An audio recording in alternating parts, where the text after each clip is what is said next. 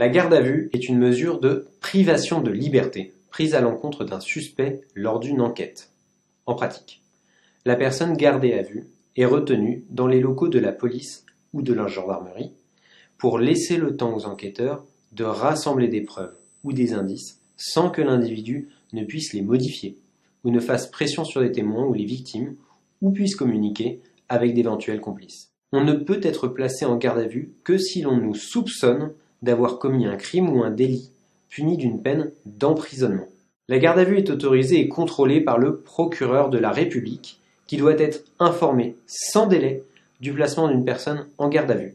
Cette mesure peut durer 24 heures, renouvelable une fois à la demande du procureur, mais elle peut aussi être plus courte. Pour certains délits ou crimes graves, comme la criminalité organisée ou les infractions financières ou encore le terrorisme, la garde à vue peut dépasser la limite des 48 heures et durer 72, 96, voire 144 heures.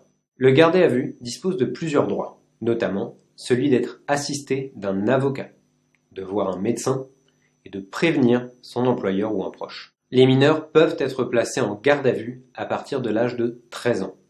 La désignation d'un avocat est alors obligatoire, peut être choisi par le mineur lui-même, par ses parents ou par le bâtonnier. Sa garde à vue ne peut dépasser 24 heures que pour les infractions les plus graves. Pour plus d'informations, rendez-vous sur violencesexuelles.info.